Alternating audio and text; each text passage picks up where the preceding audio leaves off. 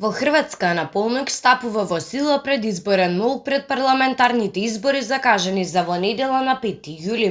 За време на дводневниот изборен молк забраната е секаква изборна промоција, објавување проценки на изборните резултати, објавување фотографии во медиумите, изјави и интервјуа на кандидати. Редовните парламентарни избори во Хрватска треба да се одржат во декември оваа година, но поради епидемиолошката состојба предизвикана од коронавирусот, донесена е одлука тие да се спроведат неколку месеци порано. Официјално изборната кампања траеше само 15 дена, неофицијално траеше многу подолго, оценуваат хрватските медиуми.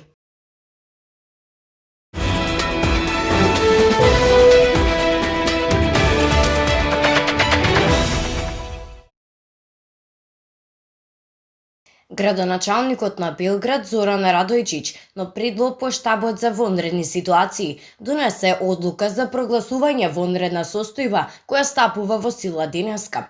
Вонредната ситуација се воведува поради спроведување на превентивни заштитни мерки и заштита на животите на населението во услови на пандемијата на COVID-19. Белградскиот градоначалник прецизираше дека одлуката се носи поради спроведување на процедурата за воведување на 3 нови мерки со цел спречување на ширење на COVID-19. Српскиот председател Александар Вучик синоќа ги најави 3 мерки со кои се предвидува ноќните клубови, сплавовите и кафелињата што немаат тераси во Белград да бидат затворени на 2 недели во периодот од 23 до 6 часот наутро.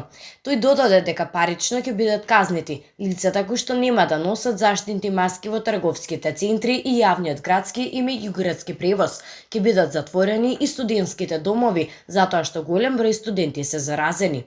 Бројот на луѓе собрани во затворено ќе биде ограничен на 100 на растојание со маски, а на отворено 500 лица.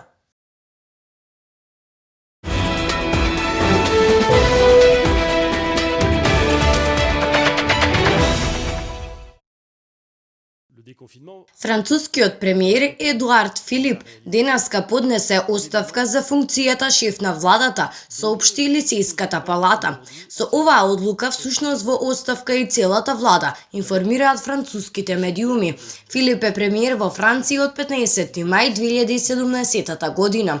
Францускиот председател Емануел Макрон вчера соопшти дека ќе има нов владин тим, потврдувајќи ја дебатата во медиумите за престојните измени во составот на францускиот кабинет и не прецизирајќи дали Едуард Филип ќе стане премиер.